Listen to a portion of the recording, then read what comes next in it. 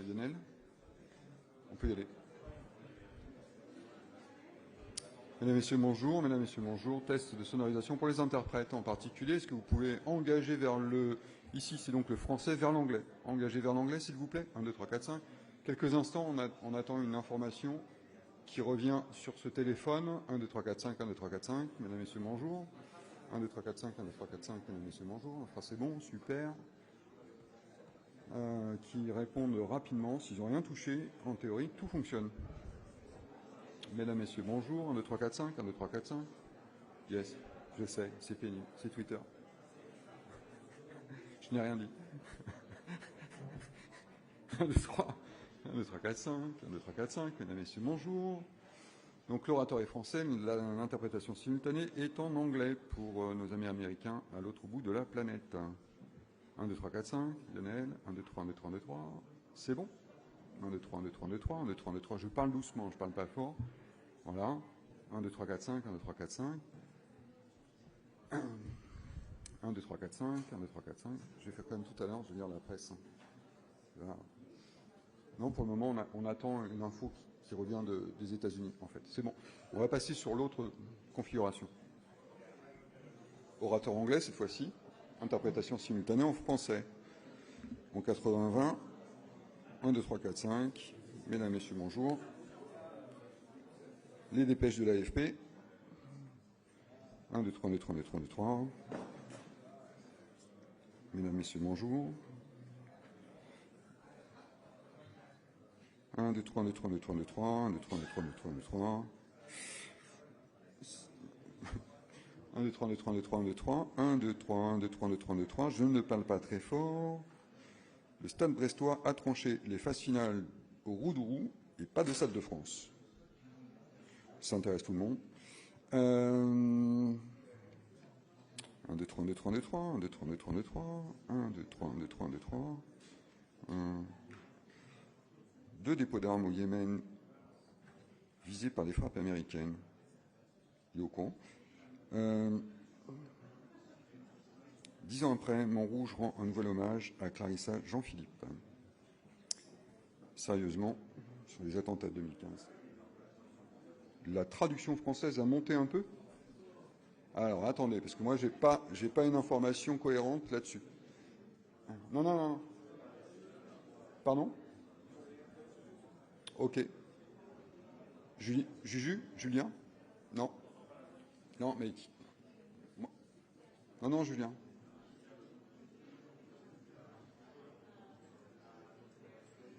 Vous pouvez parler un tout petit peu?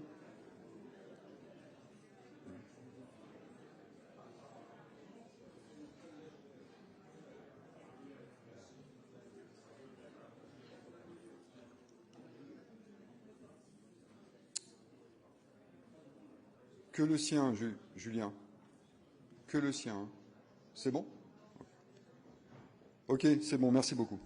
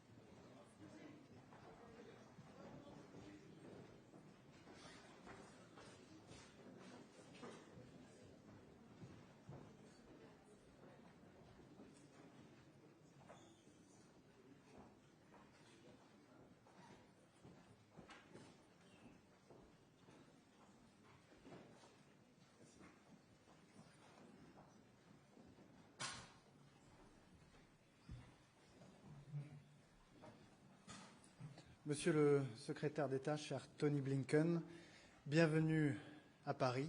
C'est la 8e fois que tu es ici au Quai d'Orsay.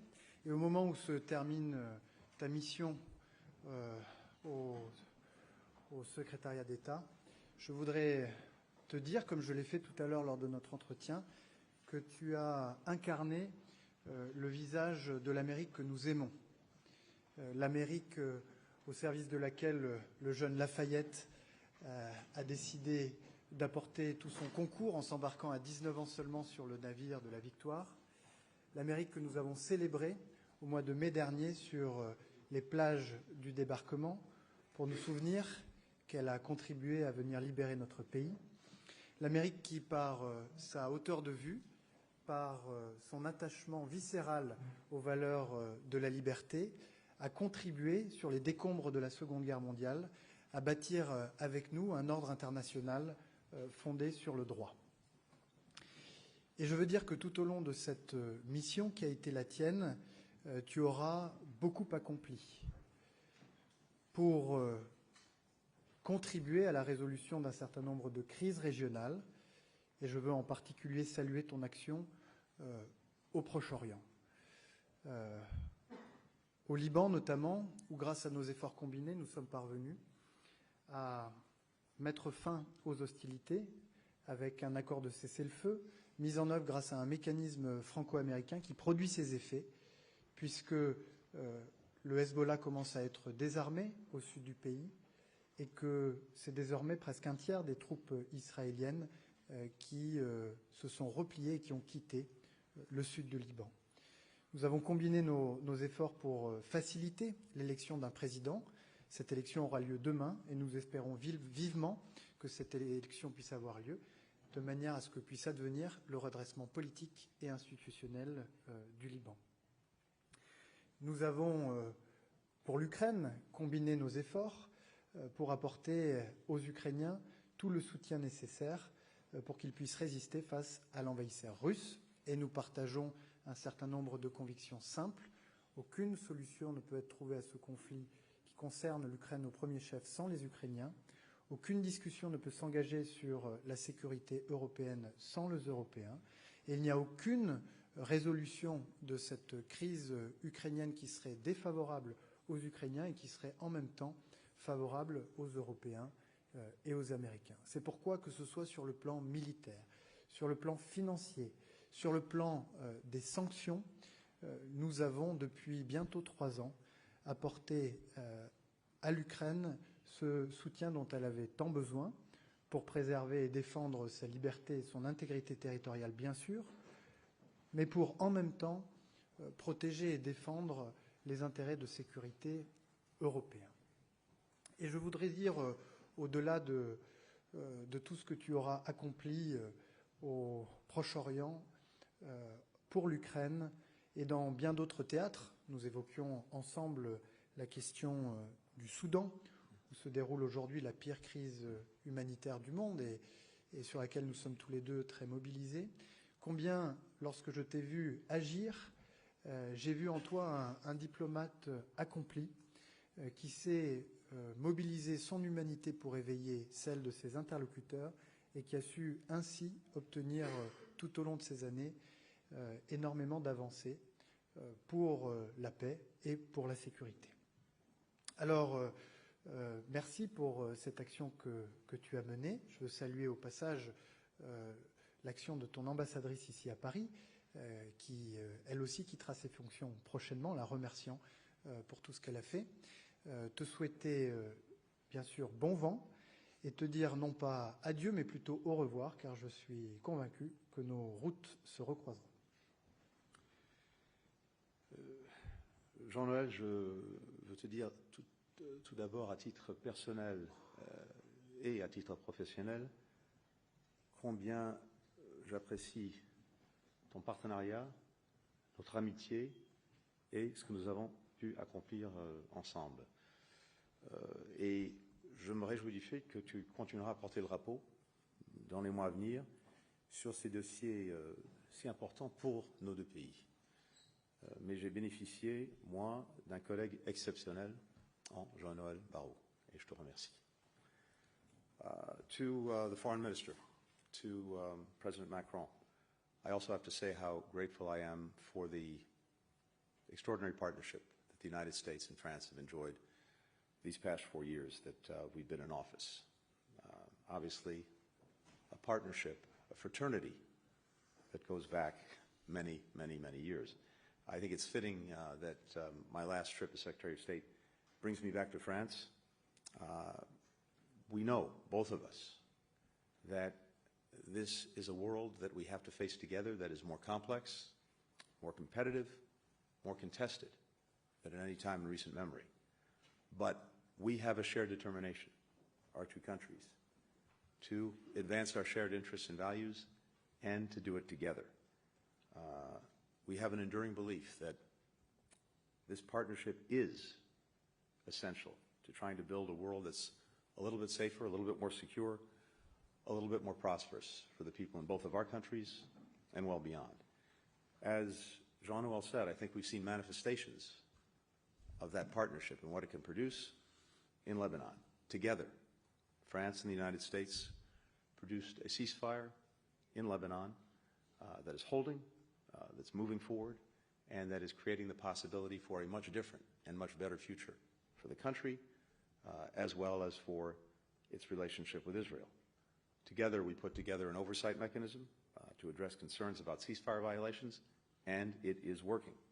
Challenges remain, but so far the mechanism is functioning well, and we've seen as recently as yesterday now the withdrawal of about more than a third of Israeli forces in Lebanon. I think the ceasefire can be a bridge to a durable peace that allows people on both sides of the border, Israel and Lebanon, to return to their homes, to return to their lives, and to move forward in greater peace and security. In Syria, where Jean-Noel just made a very important visit, along with our friend, the German Foreign Minister, Annalena Baerbock, we see as well genuine hope for the future after 5 decades of an Assad regime that brutalized the Syrian people. Now they have an opportunity for a future that's not under the thumb of a dictator, not under the thumb of a foreign power, not under the thumb of a terrorist group, a future in which a sovereign Syria respects the rights of all of its people, and the country is not used as a base for terrorism or other bad things that we've seen affect people well beyond its borders. So there as well, France and the United States are fully united in what we want to see, what we expect, and the work we're doing to help achieve that. On Ukraine, as Jean-Noel said, France has been, from day one of the staunchest supporters of a free Ukraine, one that can resist and overcome the ongoing aggression that Russia is posing. Global support for Ukraine that France and the United States have helped bring about together is one of the strongest examples I've ever seen of burden sharing. And we see that in particular in France's leadership, from training more than 15,000 Ukrainian soldiers to signing a bilateral security agreement with Ukraine earlier this year, to French firms boosting production to strengthen our transatlantic defense industrial base. I think in the months to come, France's leadership will be essential for ensuring that Ukraine has what it needs to be in the strongest possible position to defend its democratic independence, whether that's on the battlefield or at the negotiating table. One of the things the Foreign Minister and I discussed is the fact that Ukraine is maybe the best example of a proposition that security in Europe is intertwined with security all around the world. If you look at what's happening in Ukraine right now, what is allowing the Russian aggression to continue? Support from North Korea with artillery, with ammunition, and with troops, and everything that China is doing to support Russia's defense industrial base. The machine tools, the microelectronics, all flowing in to Russia from China, from Hong Kong, that are allowing Russia to keep manufacturing weapons, munitions, and other things essential for its ongoing aggression. So that's just a demonstration of increasingly the indivisibility of security. The fact that actors far away from Ukraine, from Europe, are having a big impact on what is the biggest threat to European security, since the end of the Cold War. In response, our two countries have worked to deepen Euro-Atlantic and Atlantic-Pacific convergence, notably on the threat posed by the PRC to our shared security and to our shared values. We welcome France's expanded engagement with Indo-Pacific partners and hope it will continue, including by strengthening, for example, freedom of navigation in the region. We've also worked to forge together a common vision for the global economy, one that is governed by rules of the road. We've invested in our collective productive capacity. We've stood up against Chinese overcapacity and unfair trade practices. We've diversified our supply chains to reduce reliance on Beijing. In these and so many other ways, this partnership between us is producing results that matter, that will make a difference in the lives of our people. And I'm convinced that in the years to come, our countries will continue to work together and to lead together on the world stage, not out of convenience, not out of charity, but because the challenges we face demand our engagement, demand our partnership, demand our cooperation. We'll confront a changing world as we always have, guided by shared commitment to bring greater freedom, greater opportunity, greater security to the people that we're entrusted to represent. So for that, for the work that we've been able to do together, for the work I know our countries will continue to do together, let me simply say thank you, to share my gratitude, and to share my conviction that when our countries are working in common cause, to common effect, there really is nothing we can't accomplish. Thank you. Les ministres vont prendre quelques questions.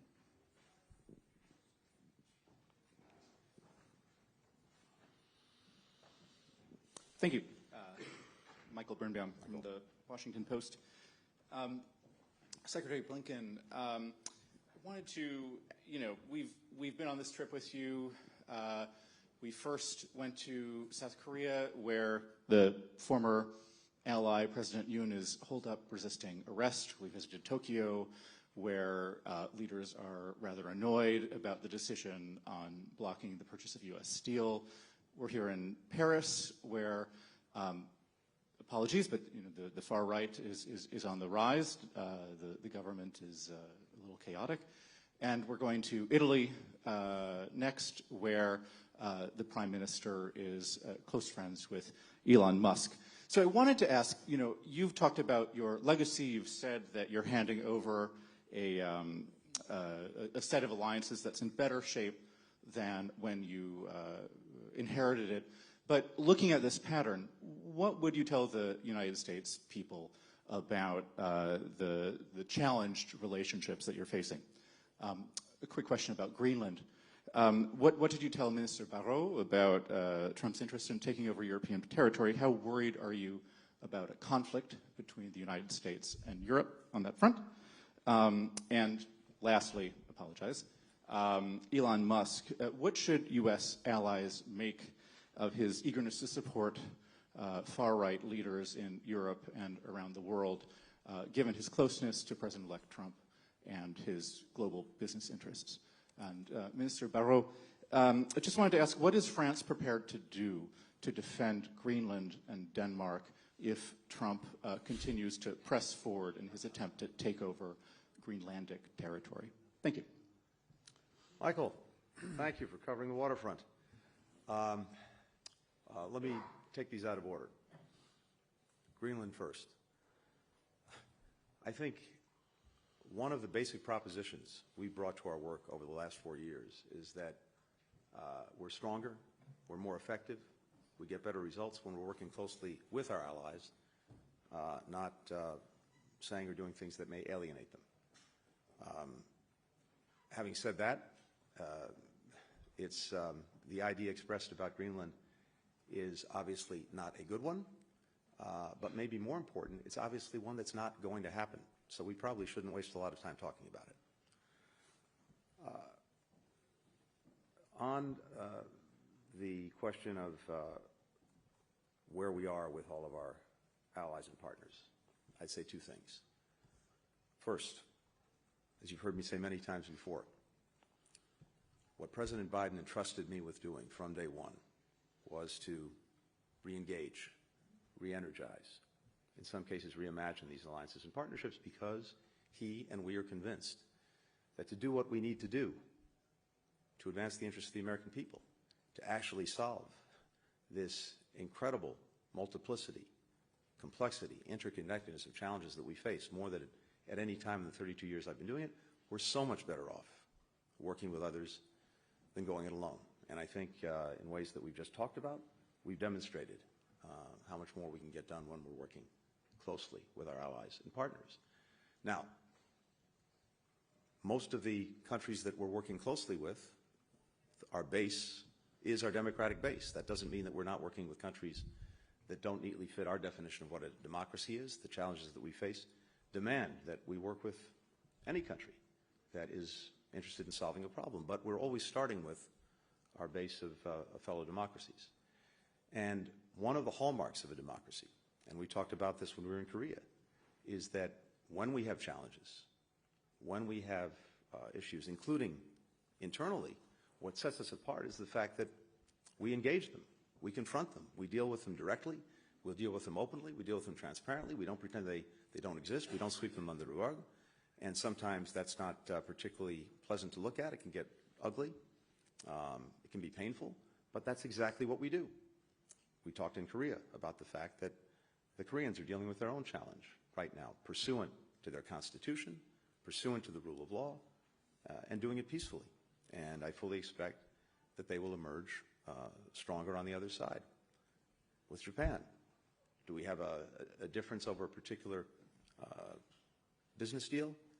Yes, but seen in the context of the fact that we are each other's largest investors, one deal does not a relationship make. And on the contrary, the partnership, the alliance with Japan, is stronger than it's ever been, including economically.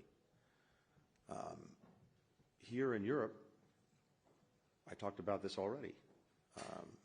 The work that we've done together with our core allies and partners in support of Ukraine has been nothing short of historic. And also the best example, as I said, of burden sharing that I've ever seen in my 32 years. So I could go down the list, but maybe what's most important is this.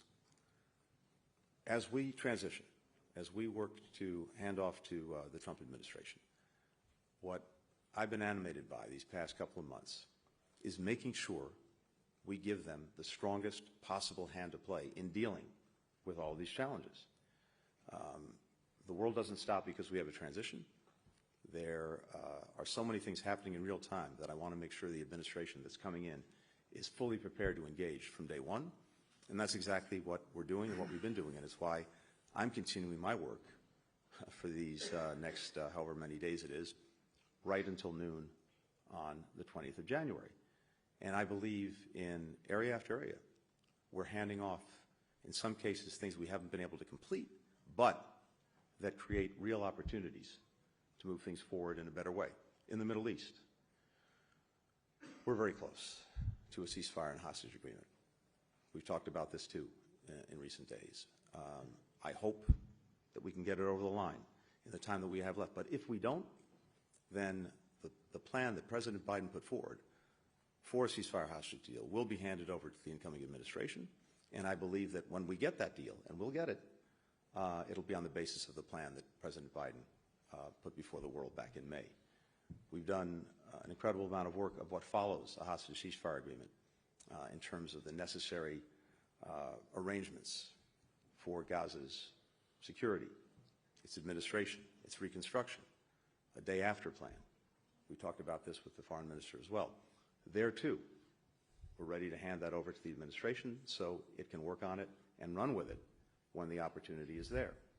And more broadly, the work, the investment we've made in transformative arrangements for the Middle East, starting with the normalization of relations between Saudi Arabia and Israel, all of that is ready to go if the opportunity presents itself with a ceasefire in Gaza, as well as understandings on a pathway forward for the Palestinians. So there's tremendous opportunity there. Similarly, with Ukraine, everything we've done to make sure that Ukraine would survive, and not only survive, have an opportunity to thrive in the future, is ready to be carried forward. Putin tried to erase Ukraine from the map. he's failed. He's endured, I think, a heavier and heavier strategic setback in everything that he's done in Ukraine. Now we're at a point in the coming year where it may be that the parties will choose to negotiate. We want to make sure, and I think we are making sure, that the incoming administration will be able, if it's going to oversee such a negotiation, to make sure it's doing it from a position of strength, and that President Trump could get the strongest possible deal. I can go down the list, but the point is this. We're handing over a lot of positive opportunities, initiatives, work, and if the next administration chooses to carry it forward, I think that will be clearly in the interests of the United States. Private citizens can, in our country, can say what they want, what they believe, and everyone else can draw their own conclusions and take their own positions on the matter. So I'm not going to comment beyond saying he, like any American, has the right to express his views, his opinions. Quant à moi, d'abord, je voudrais vous démentir. Le gouvernement français est au travail. Et quant à la politique étrangère de la France, sa ligne a été réexprimée avec beaucoup de force par le président de la République dans son discours lundi, en ouverture de la 30e conférence des ambassadrices et des ambassadeurs. Deuxième élément, l'amitié entre la France et les États-Unis a plus de 2 siècles. Je vous ai cité Lafayette, je vous ai cité le D-Day que les présidents Macron et Biden ont célébré côte à côte. Et je voudrais tout simplement vous dire que nous avons survécu à 59 élections américaines, nous survivrons évidemment à la 60e. Ensuite, vous me parlez de l'Europe. Et je voudrais en profiter pour vous dire le lieu dans lequel vous vous trouvez exactement. Ou plus précisément, le lieu où Tony Blinken et moi-même nous tenons exactement. C'est exactement ici, devant cette cheminée, qu'il y a 75 ans bientôt, Robert Schuman prononça en 1 minute 30 une déclaration qui permit la création de l'organisation politique qui a donné lieu à l'Union européenne. C'était à l'époque la Communauté européenne du charbon et de l'acier. Ça s'est produit le 9 mai 1950 et c'est cette date que les Européens se sont donnés pour célébrer chaque année leur Europe. Et donc, comme Tony, je vais vous répondre par une question. Est-ce que nous pensons que les États-Unis envahiront le Groenland? La réponse est non. Mais est-ce que nous pensons que nous entrons dans une période qui voit le retour de la loi du plus fort? La réponse est oui. Et c'est la raison pour laquelle, depuis 7 ans, et sous l'impulsion du président de la République notamment, l'Europe s'est renforcée dans le domaine de la défense, dans le domaine commercial, dans le domaine de la compétitivité, ce qui est très bien, mais il nous faut maintenant aller beaucoup plus loin pour affirmer ce que nous sommes, pour affirmer ce que nous voulons, et pour cela, et le président l'a rappelé lundi matin encore une fois, il faut que l'Europe se réveille. Merci. Bonjour, Emma Barrier pour LCI. Ma première question s'adresse à vous deux en français. Donc cette fois, quel regard portez-vous donc sur ces déclarations expansionnistes de Donald Trump à propos du Groenland et du Canada? Et Monsieur Blinken, pourriez-vous nous répondre en français si vous le voulez bien? Et ma deuxième question, c'est quelle est la garantie américaine donc sur la poursuite de l'aide américaine donc à l'Ukraine après le 20 janvier? Je vous remercie. Écoutez, je ne peux que répéter ce que j'ai dit il y a un instant. Franchement, ça ne vaut pas la peine de passer du temps sur ces questions parce que ça ne va pas se faire. Donc, pourquoi perdre le temps à en discuter? En ce qui concerne l'aide américaine, le soutien américain, ce que je peux vous dire, c'est que pendant la durée de l'administration du président Biden, on continuera chaque jour d'apporter ce soutien aux Ukrainiens, y compris dans les jours à venir. Et en même temps, nous avons un soutien exceptionnel venant de la part de nos partenaires. Pendant les 2 et quelques années de cette agression russe contre l'Ukraine, les États-Unis, nous avons apporté à peu près 100 milliards de dollars en soutien à l'Ukraine. Nos amis en Europe, et au-delà de l'Europe, en Asie, 150 milliards de dollars. Donc nous voyons là que nos partenaires font le nécessaire, et je suis convaincu, continueront à faire le nécessaire pour l'Ukraine. Messieurs les ministres, une question.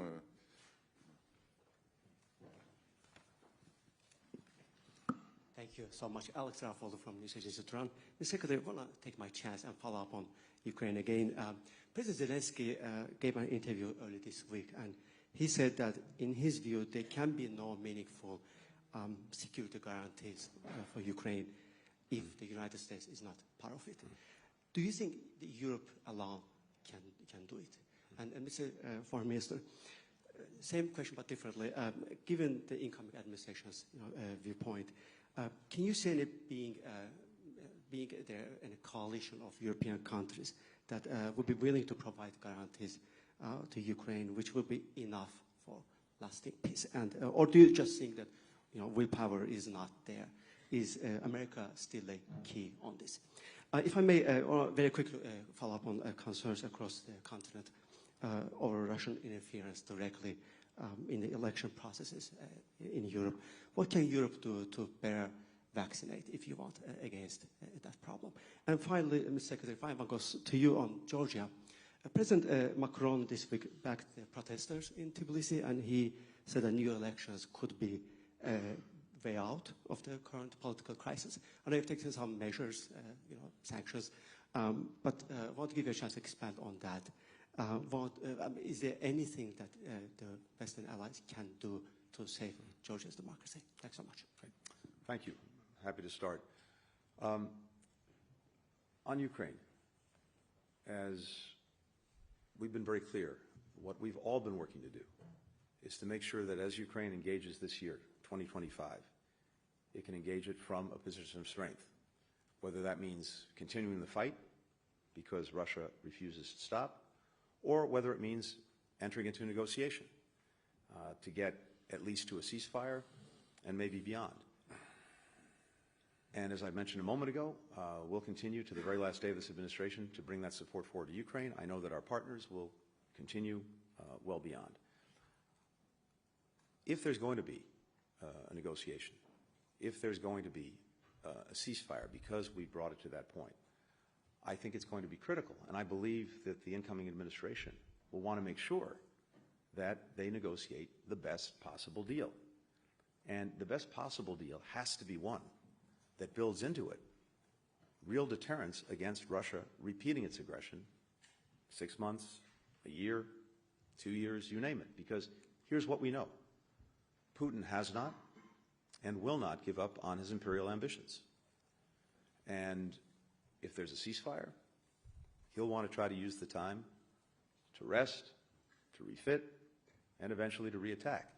That's why it's absolutely essential that part of this include an effective deterrent against any further aggression by Russia. Now, that can take different forms, including the form of having certain countries police any demarcation or any ceasefire line. And that's something I know that's been discussed and that we talked about today with the foreign minister. The next administration will have to decide, if it comes to that, what role, if any, the United States would play. But again, I believe that the incoming administration, if there's going to be a deal, will want the best possible deal, one that doesn't unravel when Russia sees an opening to reattack. And one way or another, as I said, we need to build into it the necessary deterrence so that that doesn't happen. On Georgia, we talked about this as well. And what both France and the United States have seen is democratic backsliding that's deeply concerning. And not just democratic backsliding, but a retreat away from the aspirations of the overwhelming majority of the Georgian people. The aspiration to build a future that is closer and closer to Europe.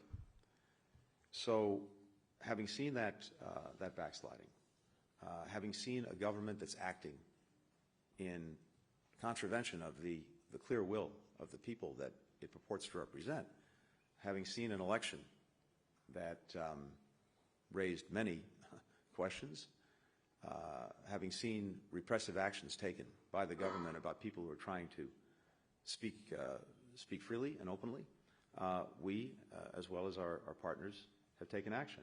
We sanctioned the leader of the Georgia Dream Party, Ivanishvili, as well as other members of the government. We suspended American assistance to the Georgian government, acting together with almost all of our partners in the OSCE, including France. We invoked the Vienna mechanism through the OSCE to also make clear that the steps that have been taken, including legislation that profoundly squeezes the space for freedom of expression and freedom of action by civil society, that has to change.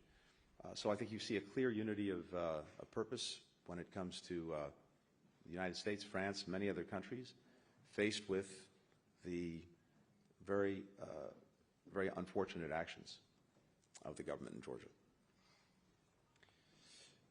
Vous m'avez interrogé sur l'Ukraine d'abord, et de ce point de vue-là, je veux souligner ce qu'a dit Antony Blinken. Si depuis le premier jour nous soutenons l'Ukraine, si nous avons dit que nous soutiendrons l'Ukraine aussi longtemps et intensément que nécessaire, c'est d'abord et bien sûr parce qu'il en va de l'avenir du droit international. Parce qu'accepter une capitulation de l'Ukraine, ce serait consacrer définitivement la loi du plus fort. Et comme je l'ai dit, comme Tony l'a dit, il en va aussi de la sécurité du continent européen, des Européens et des Français. Et de ce point de vue-là, il faut nous défaire de toute forme de complaisance ou de toute forme d'aveuglement vis-à-vis des intentions impérialistes, je reprends le terme utilisé par Tony Blinken, de Vladimir Poutine. Pourquoi ?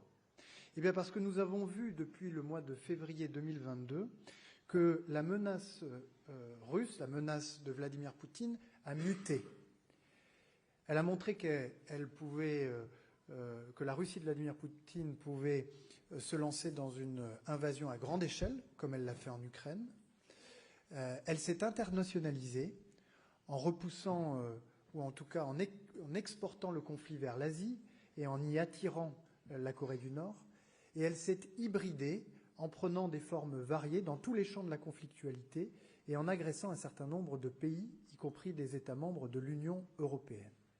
Et donc face à cela, comme Tony Blinken l'a dit, notre priorité, c'est évidemment de soutenir l'Ukraine et de lui permettre d'entrer le moment venu, le moment qu'elle choisira, dans des négociations de paix en position de force, mais c'est aussi, et pour l'avenir, de nous assurer que jamais la guerre ne reviendra sur le continent européen. Ce qui va appeler de notre part, de la part de toute l'Union européenne, un effort renforcé pour élever nos défenses et dissuader la poussée vers l'ouest de la menace de Vladimir Poutine.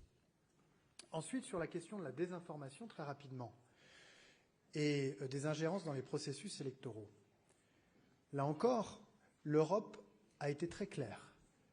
En 2022, sous présidence française de l'Union européenne, nous nous sommes donné des règles strictes d'encadrement des réseaux sociaux en adoptant le règlement sur les services numériques, et je vous en renvoie à ces articles 34, 35 et 36, qui dit très précisément que les plateformes de réseaux sociaux doivent mettre tout en œuvre pour éviter que leurs plateformes viennent perturber le débat public, sous peine de lourdes amendes qui peuvent aller jusqu'à 6% du chiffre d'affaires mondial, et dans les cas les plus graves, qui peuvent aller jusqu'au bannissement de l'Union européenne. Il appartient désormais à la Commission européenne de faire appliquer ces nouvelles lois européennes que nous nous sommes données, et je l'appelle instamment à le faire, avec beaucoup de fermeté et avec beaucoup de clarté. Si elle ne le faisait pas, alors il conviendrait qu'elle puisse restituer aux États membres, qui le souhaitent, la possibilité de le faire à leur niveau.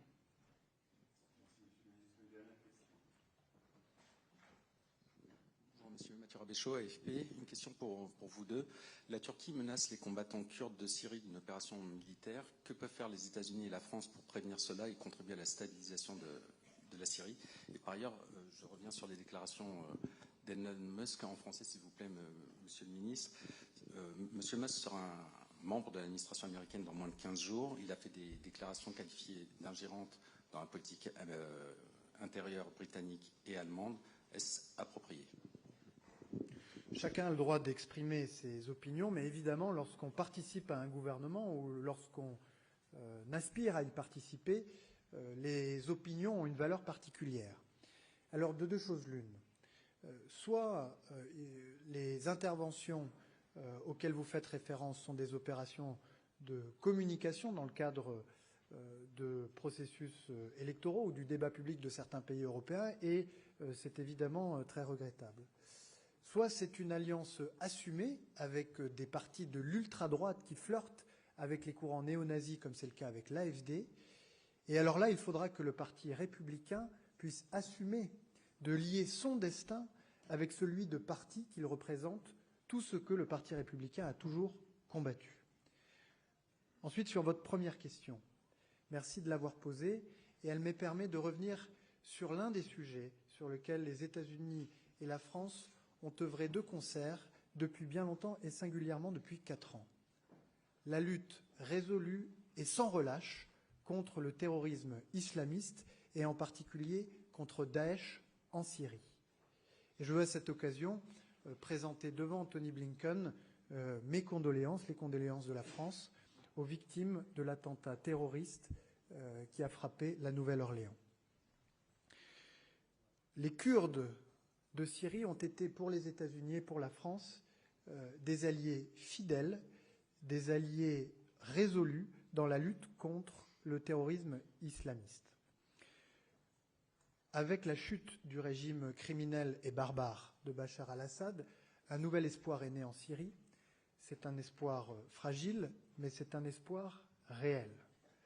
L'espoir d'un redressement politique, économique, moral de la Syrie qui ne sera possible que si toutes les communautés trouvent leur place dans cette transition politique. Et dans cette transition politique, il faut évidemment que les Kurdes de Syrie puissent trouver toute leur place. Nous le leur devons, parce qu'ils ont été nos compagnons, nos frères d'armes dans la lutte contre Daesh, mais c'est aussi dans l'intérêt de l'avenir de la Syrie que de permettre aux Kurdes de participer pleinement à l'avenir du pays.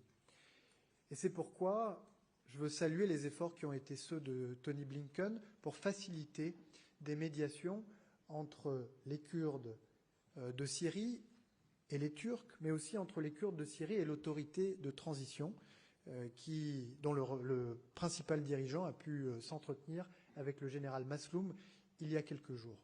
Nous allons poursuivre nos efforts pour que dans le nord-est de la Syrie, où, je le rappelle, plusieurs dizaines de milliers de combattants terroristes sont aujourd'hui dans des prisons gardées par les Kurdes du nord-est syrien, eh bien, les garanties de sécurité auxquelles la Turquie aspire légitimement puissent être garanties, mais également les intérêts de sécurité des Kurdes et leur droit plein et entier à participer pleinement à la construction de l'avenir de leur pays.